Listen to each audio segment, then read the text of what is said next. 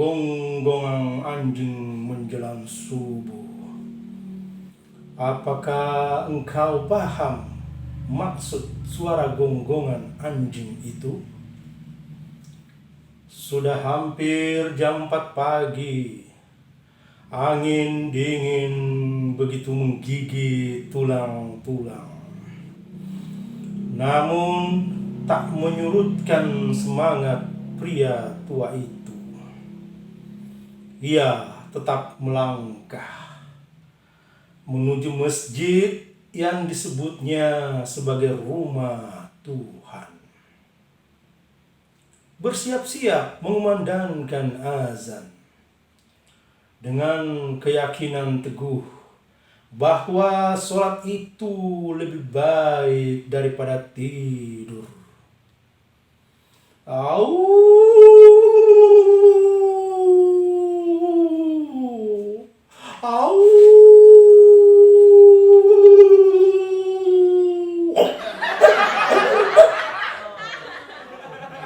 Lolongan dan gonggongan anjing masih menyahut-nyahut bagaikan bencengkrama bersama pekatnya malam. Mendayu-dayu seolah-olah bercerita mengenang kisah Ashabul Kahfi bersama sebuah kesetiaan. Dan juga sebuah kepedulian dan kasih sayang tentang kisah seorang pelacur yang masuk surga karena memberi makan anjing kurap yang kelaparan dan kehausan yang sangat begitu berat. Anjing adalah ciptaan Allah dan bisa jadi ia pun masuk surga karena kehendak Allah. Dan jelang subuh yang sebentar lagi azan bergema, bisa jadi anjing bersuara itu berusaha memuji pencipta. Bukankah binatang juga punya caranya sembahyang dan bertasbih? Sebagaimana Allah Subhanahu wa Ta'ala menjelaskan dalam surah An-Nur ayat 41.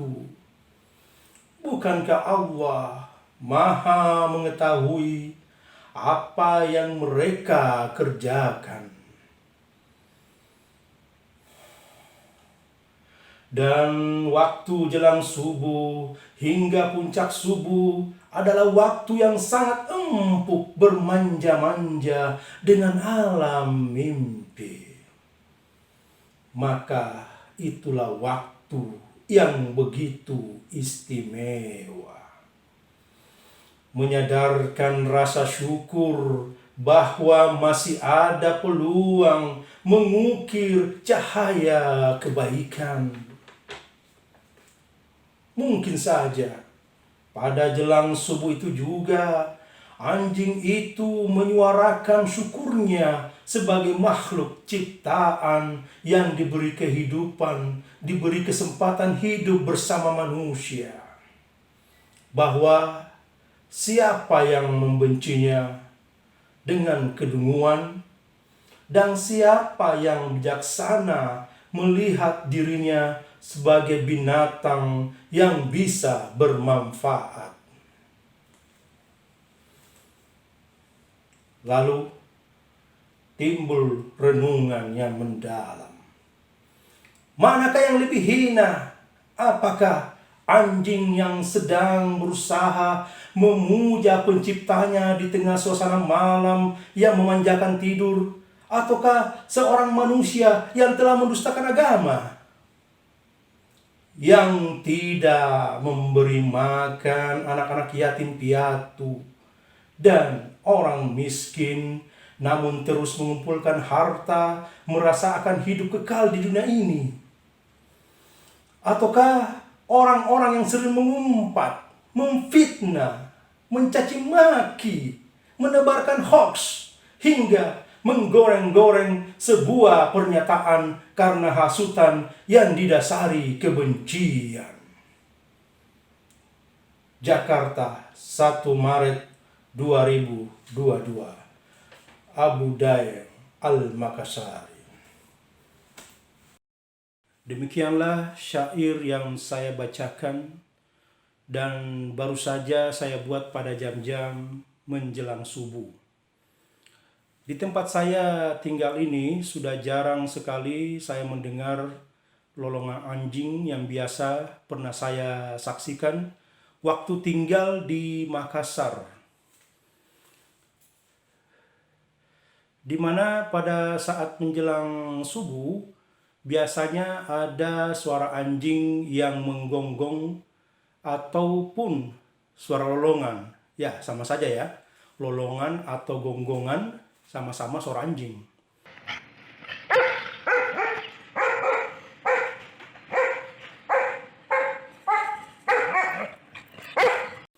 Tetapi yang bisa saya tangkap bahwa bisa jadi suara anjing itu adalah caranya ia memuji atau sedang bersembahyang kepada Allah Subhanahu wa taala. Bisa jadi kan sebagaimana yang telah disinggung dalam surah An-Nur ayat 41 bahwa Allah Maha mengetahui apa yang mereka atau para binatang itu kerjakan. Nah, terkait dengan masalah ini, saya sangat sering sekali menyaksikan orang-orang yang menggunakan kata anjing ketika ada orang yang marah atau jengkel, atau misalnya sedang berdebat. Karena kewalahan mengcounter argumentasi lawannya, maka keluar kejengkelan itu, lalu mengatakan, dasar anjing lo. Padahal seperti pada puisi tadi, manusia itu kan bisa menjadi hina dan bahkan lebih hina dari binatang jika melakukan perbuatan-perbuatan yang tidak diridhoi Allah Subhanahu wa taala, atau dengan kata lain melakukan perbuatan-perbuatan yang sangat keji. Inilah yang saya pahami sebagai keadilan ilahi, sebab manusia sudah diberi akal pikiran yang menjadi anugerah dan alat agar bisa membedakan mana yang baik dan mana yang buruk, sehingga bisa berlaku bijak di bumi ini. Dengan akal pikiran yang sehat, manusia bisa menjaga bumi ini, tidak melakukan kerusakan dan tidak melakukan sabotase atau memubazirkan sumber kekayaan alam sehingga kerusakan dari hari ke hari semakin parah. Dan tentu saja butuh waktu yang lama untuk memperbaikinya. Sedangkan kalau binatang melakukan sesuatu yang menurut manusia adalah kesalahan, sebenarnya itu bukan kesalahan mutlak binatang. Artinya, binatang melakukan sebuah perbuatan sudah pasti tidak dilandasi oleh akal, karena memang sejak penciptaan binatang tidak diberi akal pikiran. Nah, inilah yang membedakan dengan manusia yang diberi akal pikiran, sehingga manusia itu punya kewajiban yang tidak dibebankan pada binatang. Akan tetapi manusia itu tubuhnya juga adalah proses hewani, yaitu ada makan, minum, dan bahkan hubungan seks.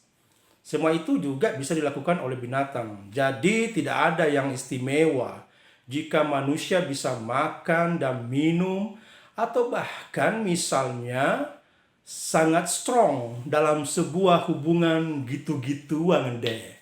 Itu tidak istimewa karena kuda itu lebih kuat dan tahan lama kan?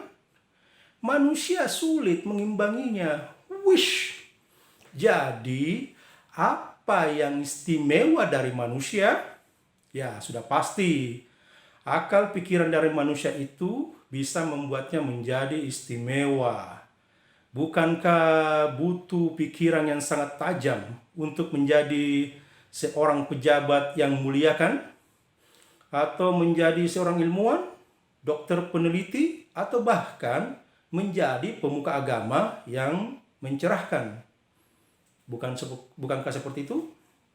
Nah, maka karena itulah manusia seharusnya tidak terlalu bangga dan tidak merasa lebih mulia dari binatang, karena sesungguhnya manusia punya tugas dan kewajiban yang begitu berat, dan bisa jadi hanya sedikit yang bisa menjalaninya. Dan bisa jadi banyak hewan yang masuk surga dan bahagia bersama orang-orang yang beriman. Sedangkan bisa jadi juga banyak manusia yang masuk neraka. Wih, ngeri. Karena sering menyebut nama hewan ketika berusaha merendahkan orang lain. Ya Allah. Yang artinya manusia ini merasa bangga dan sombong atau arogan karena tercipta bukan sebagai hewan. Nauzubillah min zalik. Bukankah mencela ciptaan Tuhan itu juga merupakan aksi yang secara tidak langsung adalah mencela Tuhan? Jadi nah, bisa jadi ada orang yang masuk neraka karena sering memukul kucing, padahal sejatinya kucing tidak salah. Misalnya, ketika kucing memakan ikan di atas meja, sebenarnya yang hilaf itu atau salah adalah manusia. Karena manusia sudah bisa berpikir bahwa begitu menaruh ikan di atas meja dan tidak ditutup, lalu ada kucing, ya jelas saja kucingnya pasti memakannya. Sebab kucing tidak punya akal untuk menimbang bahwa apakah ini perbuatan menyolong, mencuri, atau bukan.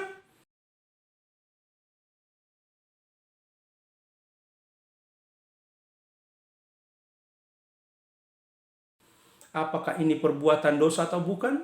Kucing tidak punya akal pikiran untuk bersikap bijak. Maka manusialah yang harus bijak melihat kucing tersebut merebut ikan itu. Dan karena itulah begitu bijaknya orang-orang yang gemar memberi makan hewan tanpa memenjarakannya atau bahkan memukulnya. Ya toh? Jadi sekali lagi, memakai kata anjing untuk menghina orang itu adalah kesalahan dan sebuah kesombongan besar. Karena bisa jadi nanti di akhirat orang-orang yang ketika membenci atau jengkel itu lalu menggunakan kata anjing, malah bentuk jiwanya bisa lebih hina. Nauzubillah min zalik. Ngeri. Ya Allah, ya Rabbi, ampunilah hamba, jadikanlah hamba yang fakir ini sebagai hamba-hambamu yang engkau ridhoi penuh rahmat dan berkah. Dan jauhilah hamba ini dari segala kesombongan dan arogansi yang bisa menggelincirkan dan terhina, lebih hina dari binatang. Ya Allah, maafkanlah hamba, maafkanlah hamba. Maka karena itulah harus bijak dan berpikir jernih ketika marah atau menanggapi segala sesuatu. termasuk masalah gorengan suara toa dari masjid atau musalla yang sempat disinggung oleh Menteri Agama. Oke, saya kira begitulah kura-kura atau kura-kura begitulah. Terima kasih bersama Abu Dain Al-Makassari. Simsalabim.